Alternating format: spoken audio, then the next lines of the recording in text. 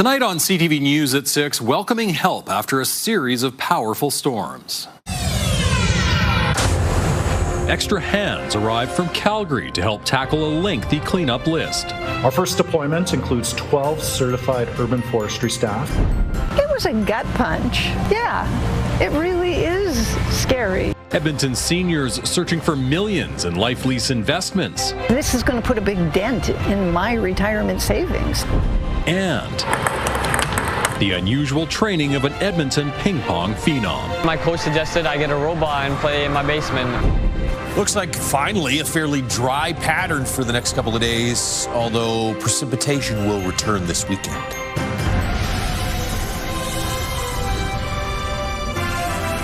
CTV Edmonton, local breaking news with Jeff Hastings. Good evening. We begin tonight in Calgary, where police believe they have found the body of 11-year-old Parker Wells. The autistic boy disappeared nearly 2 weeks ago. Police say this afternoon a child's body was found. They say it will take significant effort to retrieve it and confirm that it's Parker. Police believe he entered a culvert in the green space on the west side of Deerfoot Trail, traveling up a pipe into a network of tunnels on the east side of the road. Yesterday, someone contacted police saying they'd found evidence and it was consistent with the clothing Parker was last known to be wearing. Like everyone else, we hoped for a different outcome. Throughout this investigation, Parker's family has demonstrated extraordinary strength and courage while enduring every parent's worst nightmare. On behalf of the Calgary Police Service, I want them to know they have been at the centre of every decision we have made. We remain grateful for the trust they place in us during such an incredibly difficult time. Police say at this time there is no evidence criminality was involved in Parker's disappearance. They'll continue to piece together what happened to help bring Parker's family closure. We'll have more on this story later in the show. The city of Edmonton is cleaning up a new mess left behind by a summer storm. It caused temporary road closures, localized flooding, and power outages. With so much tree debris to clear up, Edmonton has called in reinforcements. Connor Hogg is at one of the areas affected by fallen foliage. Connor, where's the extra help coming from? Jeff, the Battle of Alberta is on hold, at least temporarily, as the city of Calgary is sending crews north to Edmonton to help out. There are so many trees that need clearing, including the ones behind me, that the city of Edmonton doesn't have the resources to do it itself. The cities of Edmonton and Calgary to establish a temporary mutual aid agreement. Calgary forestry crews arrived today. They'll be working alongside local staff for the next week to clear debris, hazards, and eliminate potential habitats for the beetles that spread Dutch elm disease. Calgary Mayor Jeremy Farkas says more help is on the way in the coming days. Our first deployment includes 12 certified urban forestry staff, including arborists, technical tree fallers, forestry ground crews, horticulturists, and trained laborers.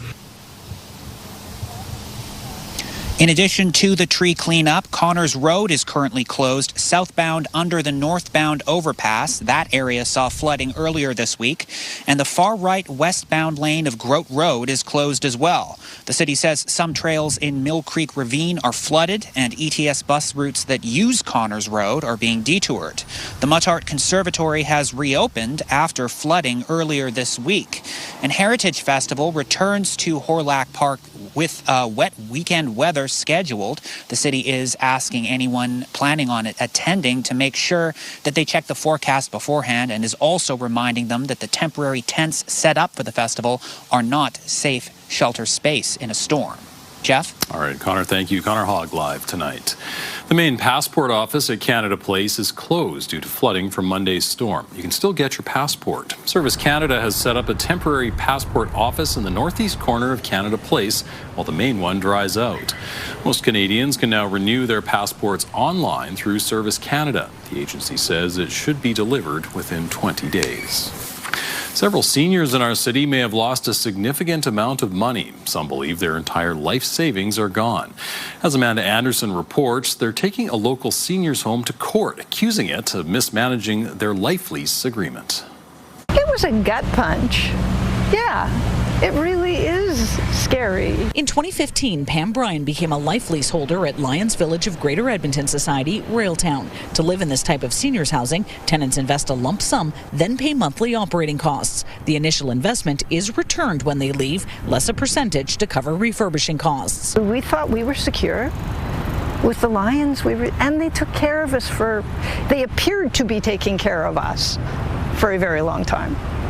And yet they lied to us for a very long time. Trust began to shatter in 2023 when Bryan says building maintenance started being neglected. The buildings aren't fixed. We don't know where our money went. According to documents, Lions Village is unable to pay back approximately $1.2 million to more than 10 former tenants.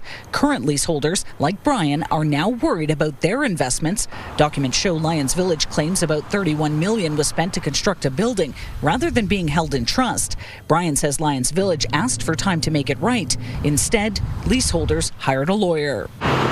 The courts appointed BDO Canada Limited as judicial trustee over the company's 3 facilities and as receiver for the Castle Downs location. In a statement, the company says, at this stage, it is too early to comment further on next steps or any potential options. They're looking for a solution that secures our life lease funds and ensures that people, when they leave, can receive them, ensures operations are running as efficiently as possible, and ensures we all have our home to live in. Leaseholders invited us to a meeting with BDO. The executive director of Lions Village wouldn't let us stay because it's private property. A lawyer representing Lions Village is also declining to comment as the situation is before the courts. This is going to put a big dent in my retirement savings, and I don't know if I'm getting it back. So that's pretty stressful. And if I ever go into a care facility, will I have the funds to afford that? Answers some who invested their life savings likely won't have until the fall. Bryan hopes what they're going through is a wake-up call for other life leaseholders to stay in the know about what's happening with their own investments. Amanda Anderson, CTV News, Edmonton.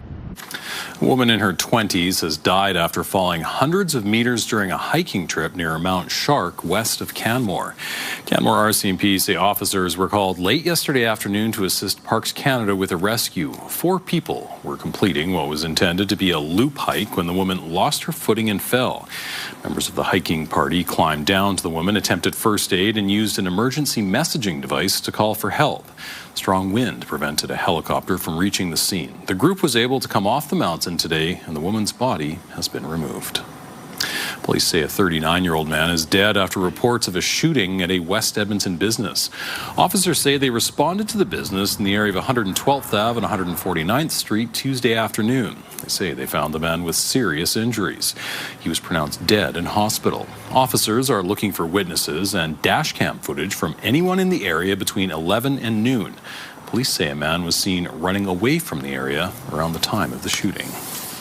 Canada Border Services says drugs seized at the Coots border crossing were heading for our area.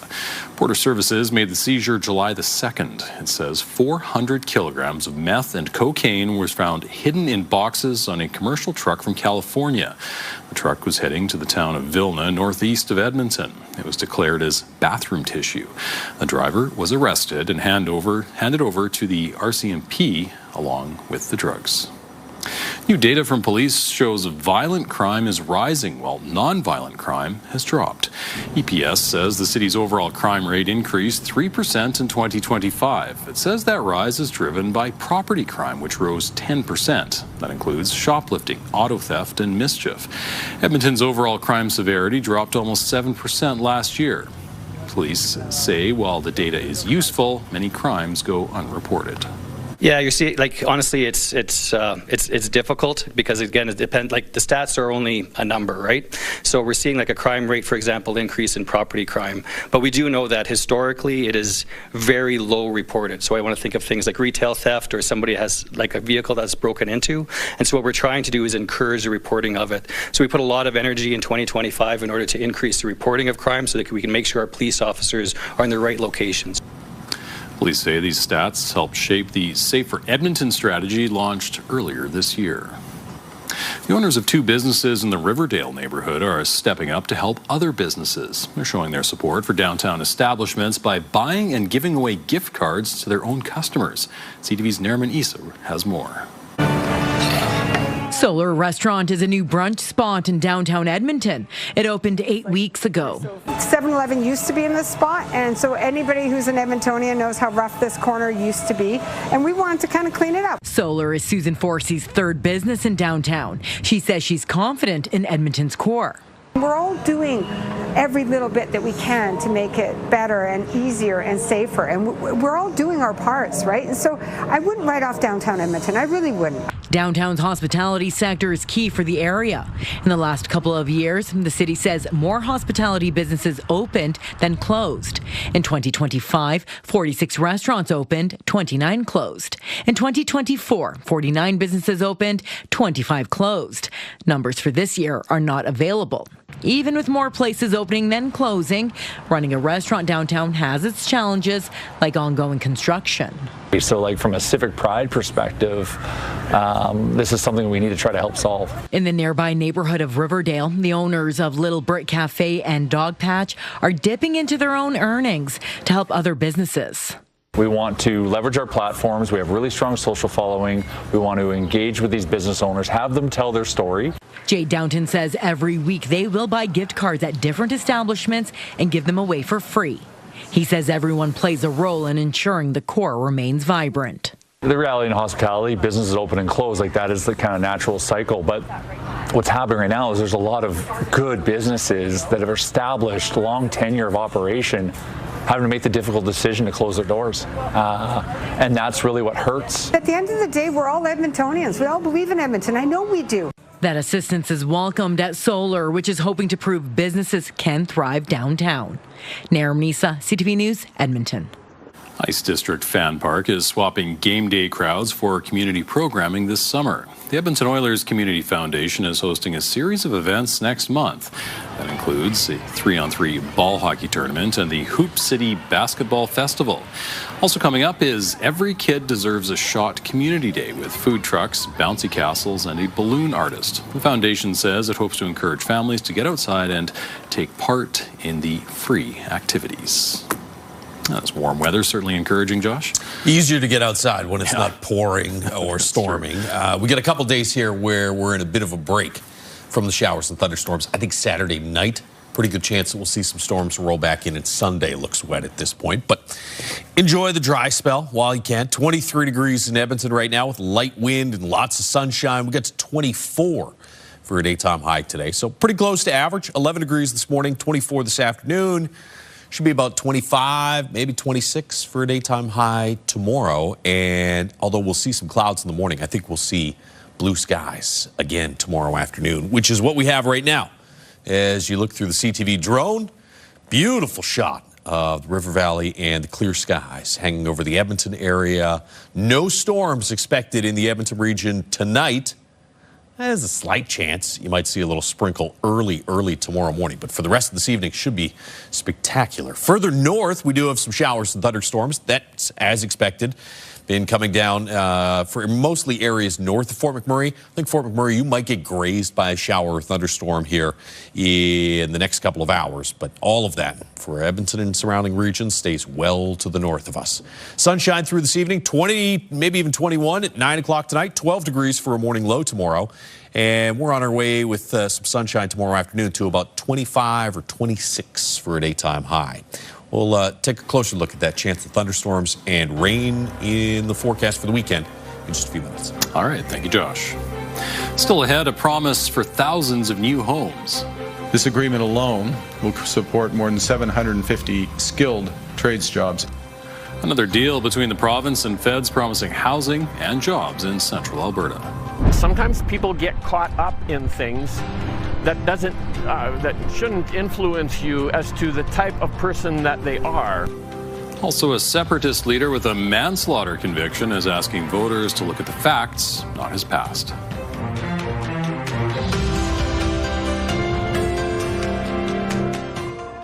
Programming brought to you by James H. Brown Injury Lawyers, the heavy hitters of injury law.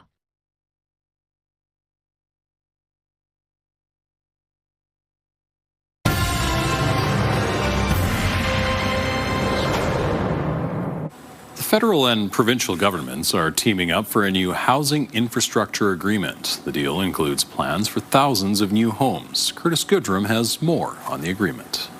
She's seen more of me than her husband. It's Prime Minister Mark Carney's third trip to Alberta this month, this time talking about a plan to accelerate housing in the province. There were decades where across the country we didn't build enough housing. And so the average Canadian household spends more than half their income on mortgage payments. Ottawa will spend $510 million over 8 years for Alberta's municipal infrastructure. The water and wastewater infrastructure needed to support new housing and to help communities keep pace with growth. This new building, put together in 10 months through federal, provincial and municipal cooperation, will provide affordable housing for 119 families. The fact is that communities like Red Deer can only grow when the infrastructure beneath them grows too. Red Deer's mayor says this is a big step for her community. Our willingness to work both with the province and with the feds, I think, shows that we're in it for doors. The Red Deer mayor says after the project is complete, it will keep its affordability status for 10 years. After that, she hopes it remains an affordable cornerstone of her community. This agreement alone will support more than 750 skilled trades jobs. The new agreement is just one of several shared projects between Ottawa and Alberta, including the new pipeline plan. The cooperation comes ahead of a referendum asking Albertans if they want a future vote on whether to leave Canada. The message from the Prime Minister is that the province and Ottawa have the same goal. We're working to make the lives of our citizens better, right? Whether it's where they live, the schools they go to, the health care they receive, the opportunities they have in the province and around the world. Under the new agreement, the province has to contribute 1/3 of eligible project costs, but will keep the lead on which projects get priority. Curtis Goodrum, CTV News, Red Deer. The Premier also brought a new equalization payment plan to the Prime Minister. My pitch to my fellow premiers, and now my pitch to the Prime Minister, is let's just get rid of that escalator. Let's equalize to the point of need, and then let's take the excess that's in that fund and distribute it back to the provinces on an equal per capita basis. That'll help us with our funding pressures. And I think it will be a demonstration that just because there's extra money, you don't just cut a check to Ontario, who clearly doesn't need it. Smith says her government has calculated that over the last 5 years, Alberta has sent $7 billion more than it should have to the have-not provinces. The two governments are expected to discuss renewing equalization before March 2029. One of the leading fundraisers for the Alberta independence movement spends his days passing out flags, hats, and pamphlets. As retiree Bob Deere pushes for separation, he's also having to field questions about a manslaughter conviction related to a killing over a failed real estate deal in 2006. CTV's Tim Brooke has his story. Bob Deere acknowledges there's some irony to setting up shop along the Trans-Canada Highway. I'm open. I don't want to fight with you. I just want to hear a really good reason to stay in Canada. And in 150 days, I've not heard one yet. Like other proud separatists, this 72-year-old retiree calls himself a Sepi.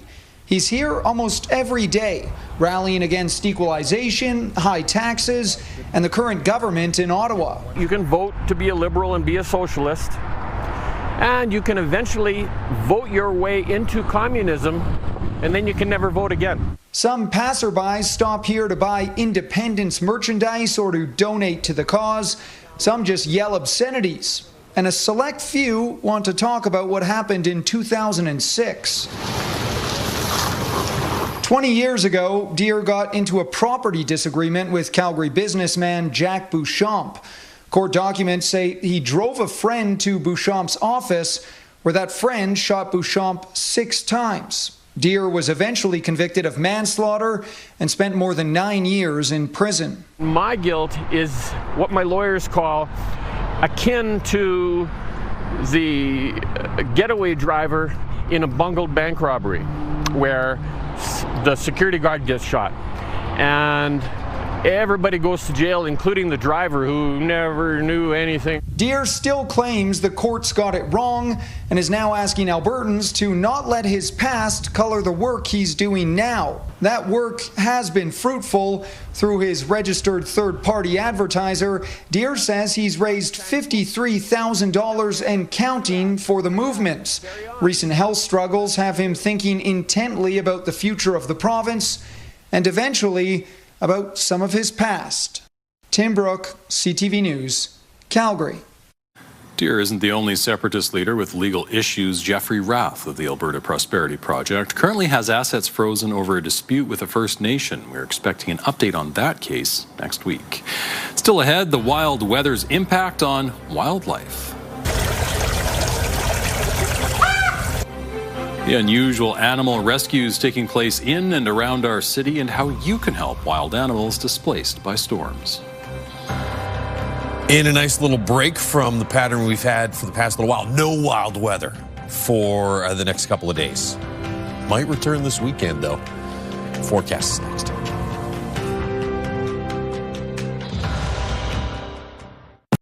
Programming brought to you by James H. Brown Injury Lawyers, the heavy hitters of injury law.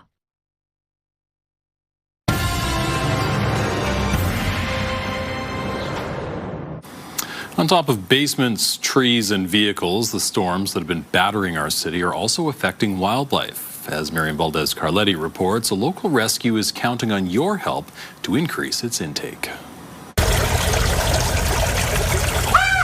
While ducklings typically love water, Edmonton's stormy weather has tested their limits, leaving many orphaned and in the hands of Wild North. The sheer volume of water and the inclement weather has sort of caused some issues with the local wildlife that we're not used to. Ducklings have been the most popular guests, unable to adapt to the wild weather. They can ruin their waterproofing and their ability to stay warm and dry when they're in the water, when they get all this excessive rain. For the young ones, puts them in peril, blowing babies out of nests, young birds learning how to fly. Strong winds and water levels have pushed some animals into places they don't belong. We had a call recently about a beaver whose pond swelled and he ended up falling into a window well, going through a screen and ending up in somebody's basement. So our rescue team was called in to try to extract a beaver from a basement here in Edmonton. The Rescue and Rehabilitation Center says those calls are the lifeline for animals who need help. The reality is that we only get animals brought in when people find them. And when we get this terrible weather and all this rain, there's not enough people out and about to find some of these imperiled creatures. Wild North takes in around 4,000 animals a year. Executive Director Dale Guino says a drop in calls has led to an 8% decline for intakes. It does worry me a little bit that we're not getting the kind of animals that we expect to. It's important we really keep our eyes open for those animals that might need our help. The city is getting a break from the rain over the next few days, making it the perfect opportunity for Edmontonians to be on the lookout. We always really depend on the public. It's a community effort. You know, we work together with the community to provide compassionate care for these guys. He says to call Wild North before attempting to clean or rescue an animal yourself. Miriam Valdez-Carletti, CTV News, Edmonton. All right, July 29th, a couple days to go till August, but you're making a call. Yeah, I don't think we're going to get the July record. It's close. Definitely been the wettest summer on record for Edmonton. June was the wettest June on record. Last night, it kind of underwhelmed as far as rainfall totals. 2 to 10, depending on where you were in the city. That brings us to 265. Record is 283 from 1901, and that will likely stay the record. There's a couple chances, maybe a little sprinkle early tomorrow morning. A little better chance, although it's still not a great chance, for late tomorrow night. I don't think either of those are going to deliver 20 millimeters of rain. River Valley Sky Cam. 23 degrees right now under mainly sunny skies. 24 to the south in Red Deer for a high today. 21 in Grand Prairie. And you can actually update this. This is 23.5, so we're going to round that up to 24. For whatever reason, sometimes our computers don't do the roundup. Heat warnings in effect for the areas in pink, south of Calgary, and in the southeast corner of the province, and an air quality warning, which is just in the last half hour or so been extended off to the east to include Edson and Whitecourt, Hinton, Grand Cache, Jasper, all those areas looking at poor air quality because of the smoke blowing in from the southwest off the BC wildfires. We're not expecting that to move into the Edmonton area. There may be a little bit of a haze over the next couple of days, but the thickest smoke looks like it stays to the west. Showers and thunderstorms all stay to the north overnight tonight. Could see a few showers or thunderstorms in Fort McMurray, but most of this will stay to the north. There's the cloud cover for overnight tonight, early tomorrow morning. Thickens up a little bit. There are not a lot of models that are suggesting we get rain tomorrow morning. This is our in-house model.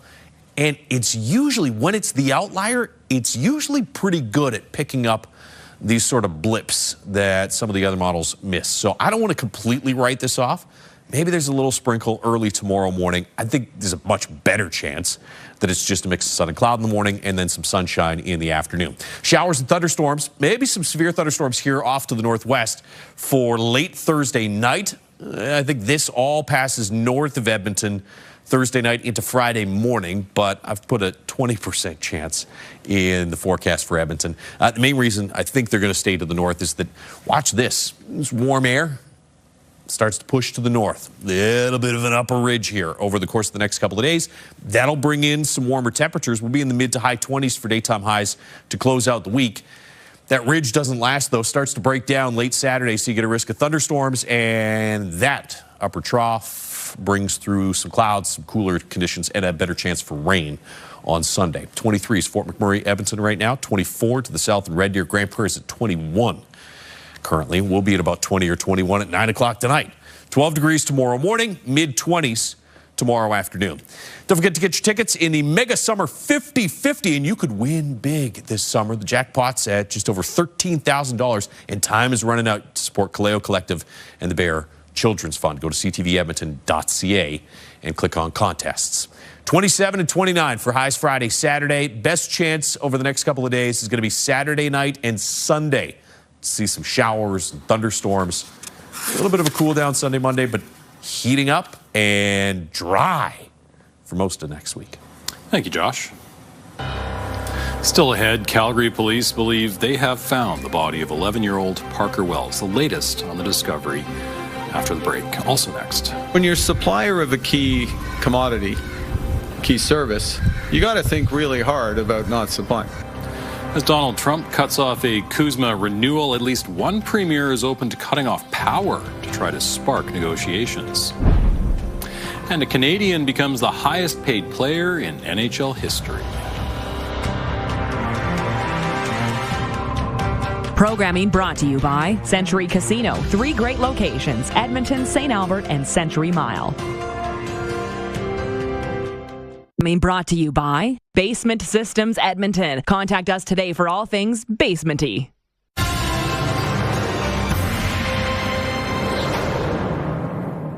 Returning to our top story, Calgary police believe they have found the body of 11-year-old Parker Wells. CTV's Alicia Fieldberg has the latest.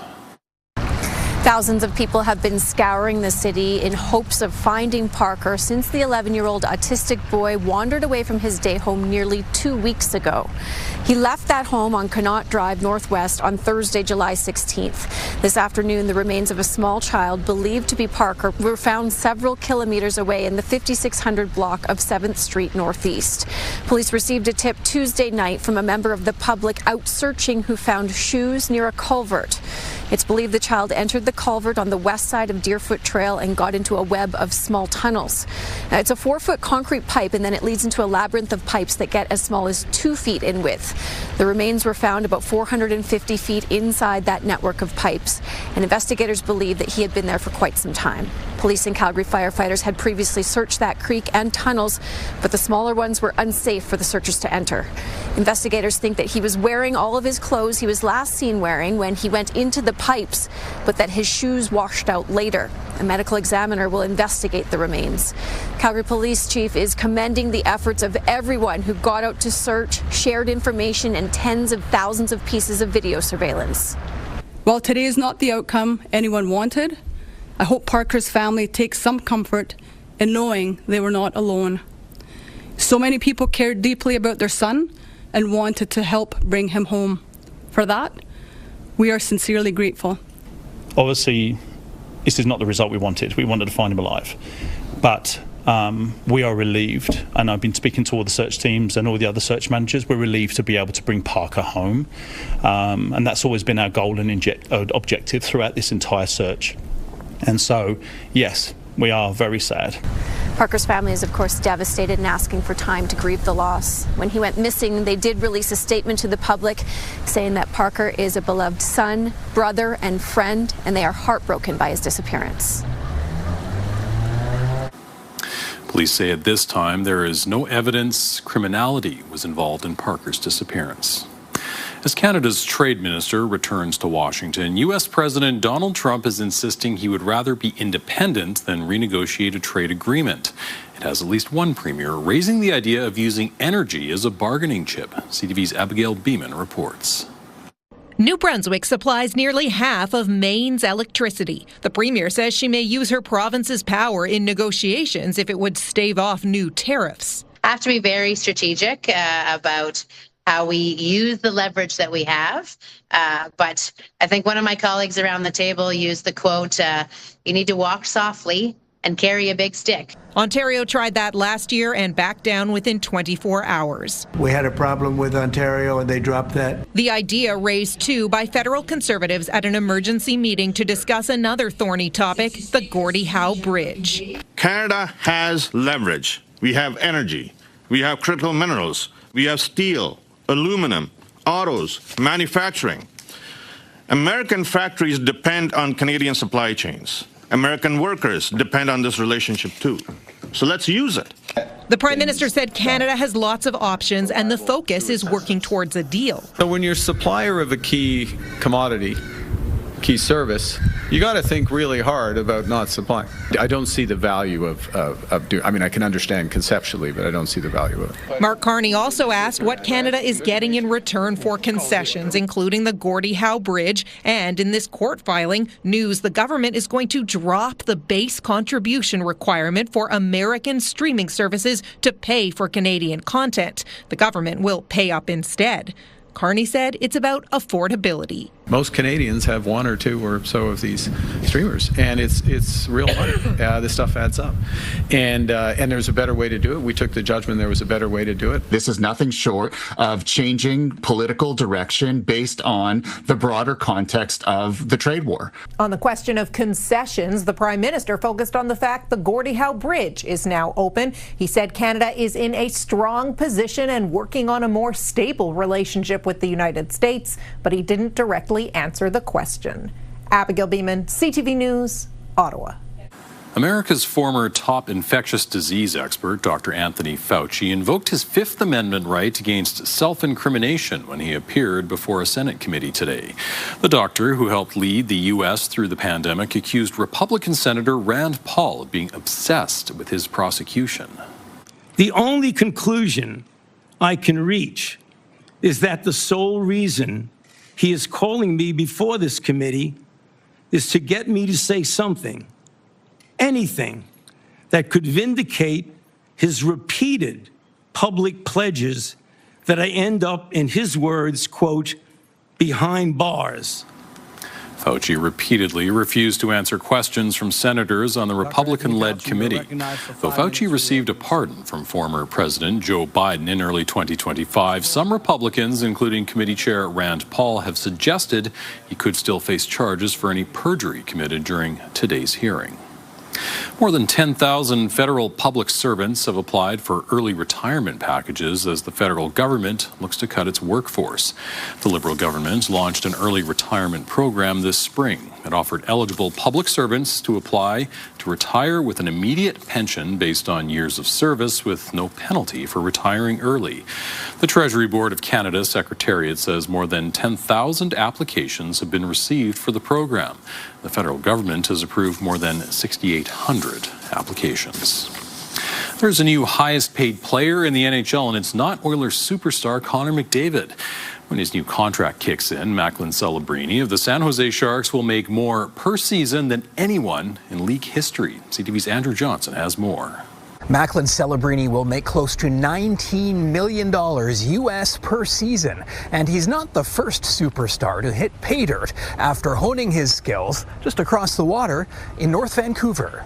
Celebrini has signed a 5-year deal with the San Jose Sharks worth $94 million. That's not the biggest total contract in NHL history, but the highest average value per season at $18.8 million as contracts continue to rise along with the league's salary cap. It comes after Celebrini's breakout sophomore season when he finished 4th in NHL scoring. He was also the leading goal scorer at the Olympics, where Canada won silver. Celebrini grew up in North Vancouver, playing out of the North Shore Winter Club, which also produced another top young talent in Connor Bedard. The two were first overall picks in the NHL draft in back-to-back years. Bedard just signed an extension with the Chicago Blackhawks, paying him $15 million per season.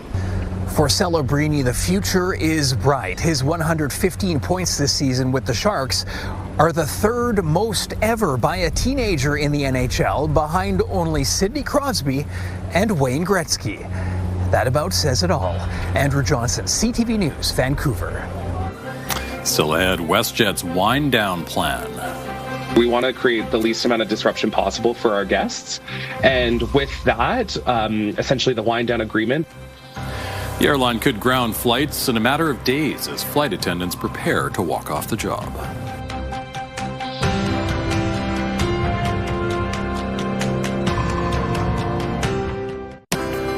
Taking a look at today's market numbers, the Canadian dollar inched back up over 71 cents US. Oil is up more than $5, trading around $84 a barrel.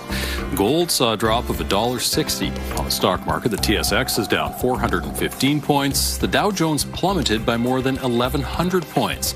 Sinking technology stocks dragged Wall Street down amid uncertainty about what the U.S. Federal Reserve may do to bring inflation under control.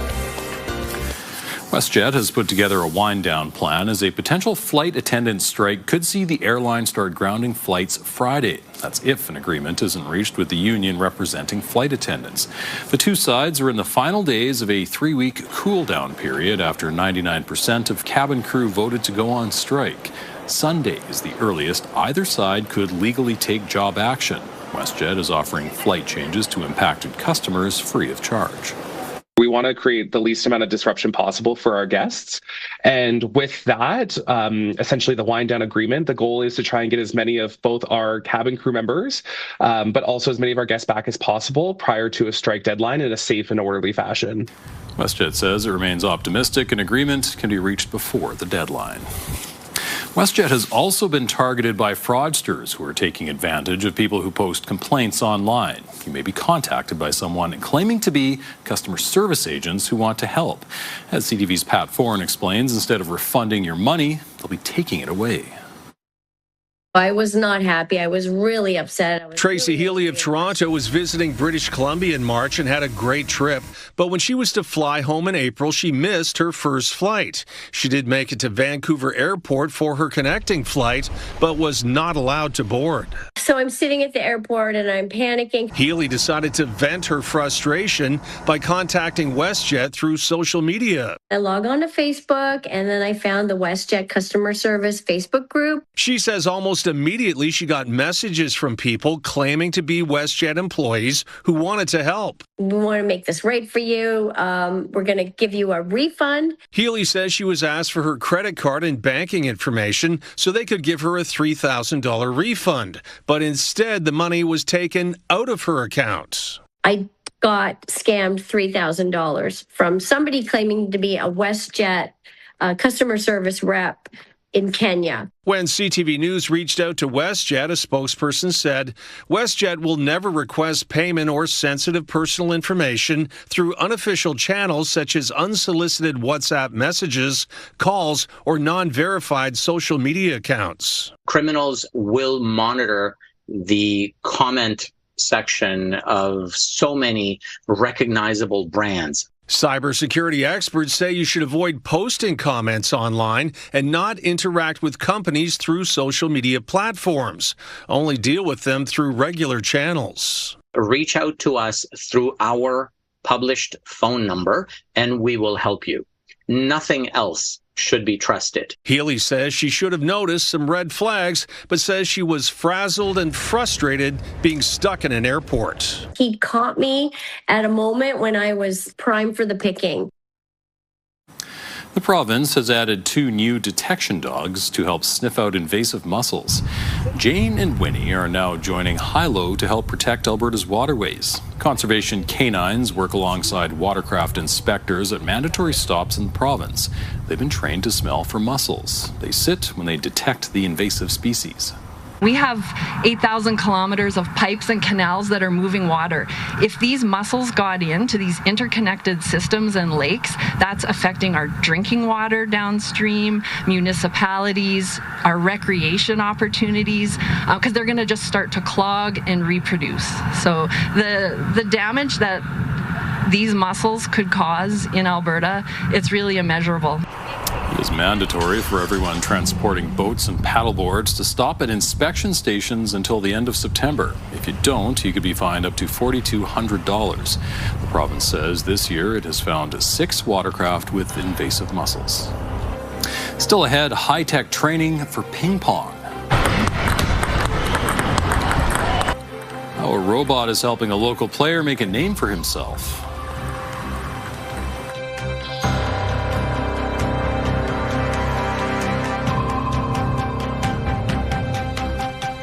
We've got another great night of entertainment coming up right here on CTV.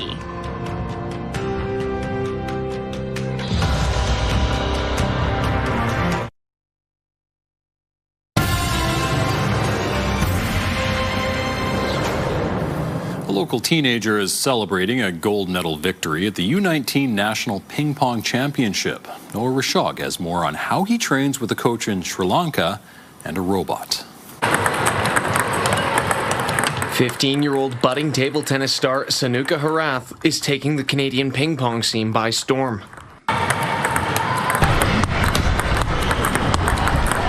He's just returned from nationals in Winnipeg, where he won a gold medal against older athletes. I'm 15 as of right now, so I'm playing U19. I'm playing against 19-year-olds, so I'm always playing against people older than me. Harath has been playing ping pong his entire life, starting at a young age in Sri Lanka. Even though Sanuka lives here in Edmonton, his coach is a half a world away. Living in Sri Lanka, he's able to help him using advances in modern technology. Well, it was really hard when I came here first when I was 10, and I looked for a lot of clubs with players, and it was really difficult. I played at one club which had very few players, and there's not a lot, like you said, and so that's why my coach suggested I get a robot. You know, and it's all about the trust and, you know, the bond we have for the last 7 years. Speaking to us from Sri Lanka, Hastisha Samarawida says that the training method is unusual, but it's working. This ping pong machine stands in his place. Here in Canada, when he needs another person, he trains with the Edmonton Table Tennis Club under a former Olympian. I training the younger kids. When they get improved, they're winning. Oh, I feel so happy. You know, it's like me going, sometimes I see them play out there, I'm like, they're gonna play, I'm more excited than they are. So I'm proud of them. Harath hopes to wave the flag at the Olympics someday, and his teachers think he has the potential. Until then, early mornings, late nights, and 6 hours of table tennis training every day, rain or shine, summer or school. Noah Rashog, CTV News, Edmonton. So I knew this was going to be a great story when our cameraman Darcy came back with a GoPro, excited about the footage he got when he strapped it to someone's head to play ping pong. Creative, I love it. Well done, well done, Seats. Take a look at the forecast for the next couple of days. Should be relatively dry for most of the next 2 or 3 days. There's a slight chance you might see a scattered sprinkle early tomorrow morning. I think most of tomorrow, though, just a mix of sun and cloud, 25 degrees.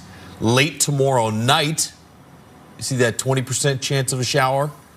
I think all of that is going to stay north of us. And then Friday, 27 with some sunshine, 29 Saturday. Timing on those storms for Saturday night, a little uncertain. Wet on Sunday. All right. Thanks, Josh, and thanks for sharing your time with us. Have a great evening, everyone.